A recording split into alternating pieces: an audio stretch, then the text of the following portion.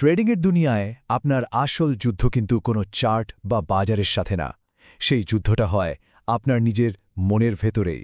আজ আমরা ট্রেডিং সাইকোলজির সেই গভীর দিকগুলো নিয়েই কথা বলবো আর জানব কেন একজন সফল ট্রেডার হওয়ার আসল চাবিকাঠিটা কোনো গোপন স্ট্র্যাটেজিতে নয়, বরং আপনার মানসিকতায় লুকিয়ে আছে। সবাইকে স্বাগতম। আমাদের এই আলোচনা যদি আপনাদের ভালো লেগে থাকে তাহলে অবশ্যই লাইক, কমেন্ট আর সাবস্ক্রাইব করে আমাদের সাপোর্ট করবেন।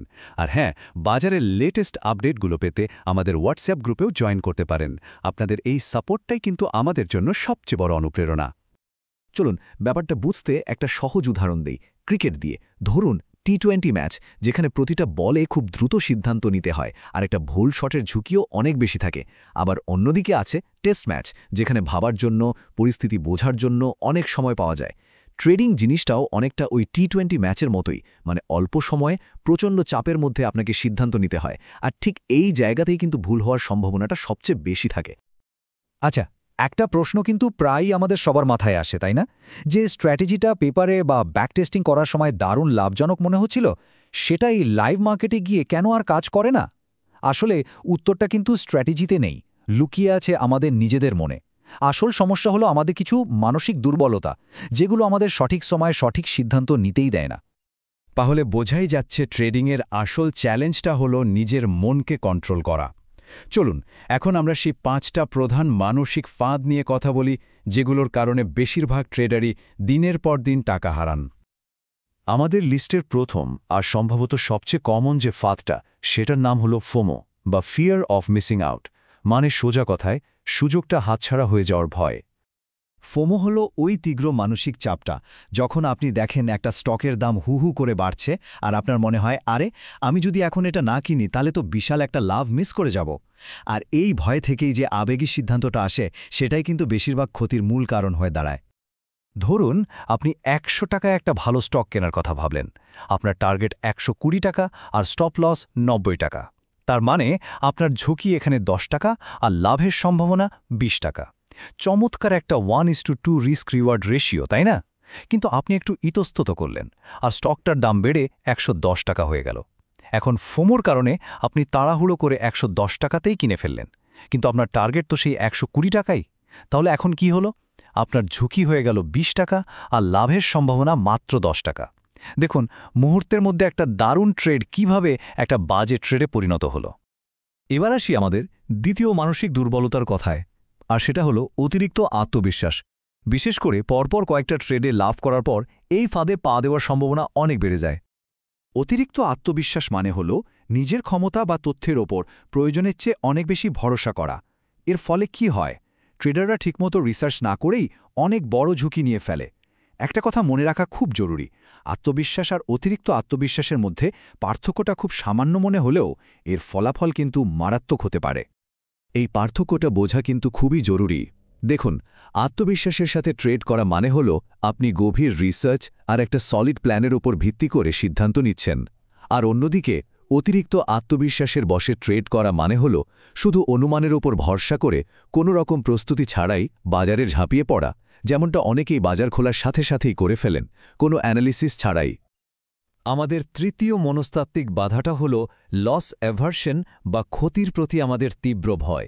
সত্যি বলতে কি, লাভ করার আনন্দের চেয়ে টাকা হারানোর কষ্টটা আমাদের অনেক বেশি পড়ায়।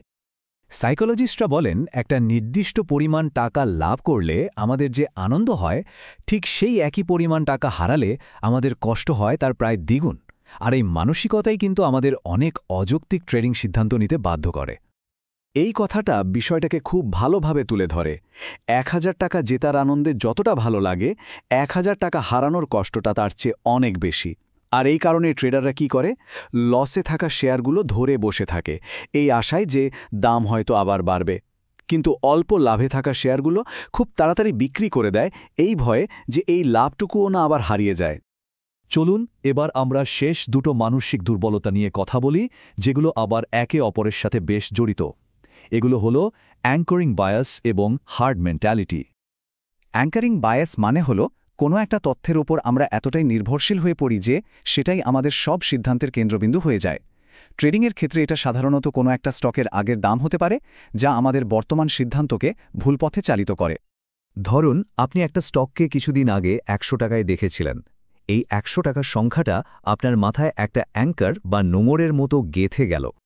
এখন স্টকটার দাম বেড়ে হয়েছে ১২০ টাকা। আপনার কি মনে হচ্ছে?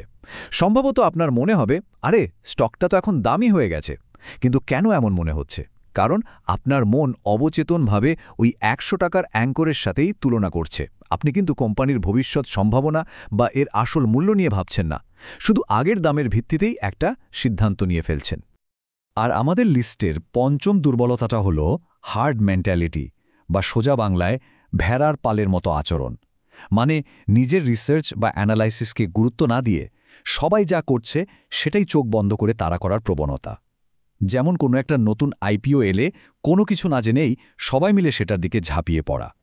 একটা কথা খুব ভালোভাবে মনে রাখা দরকার, যদি সবাই একই কাজ করে তাহলে তাদের ফলাফলও তো একই হবে, তাই না?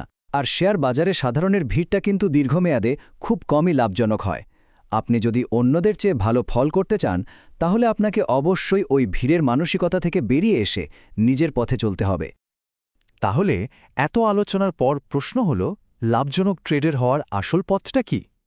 একটা জিনিস তো পরিষ্কার, সফলতা কোনো গোপন স্ট্র্যাটেজিতে নেই, বরং নিজের মনকে নিয়ন্ত্রণে আনার মধ্যেই সেটা লুকিয়ে আছে।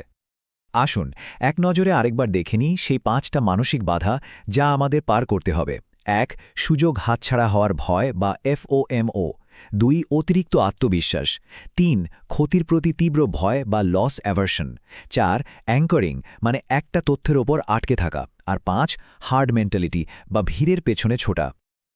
সুতরাং মূল কথা হলো এই মানসিক দুর্বলতাগুলোকে প্রথমে চেনা এবং তারপর সেগুলোকে কন্ট্রোল করার চেষ্টাই হলো একজন ধারাবাহিক লাভজনক ট্রেডার হয়ে ওঠার আসল রাস্তা।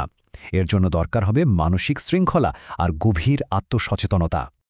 শেষ করার আগে শুধু একটা প্রশ্ন রেখে যেতে চাই। একবার ঠান্ডা মাথায় ভেবে দেখুন তো, ট্রেডিংয়ে আপনার সবচেয়ে বড় প্রতিপক্ষ আসলে কে? বাজার নাকি আপনার নিজেরই মন? যেদিন আপনি এই উত্তরটা মন থেকে খুঁজে পাবেন, সেদিন থেকেই দেখবেন আপনার ট্রেডিংয়ের যাত্রাটা এক নতুন দিকে মোড় নিয়েছে।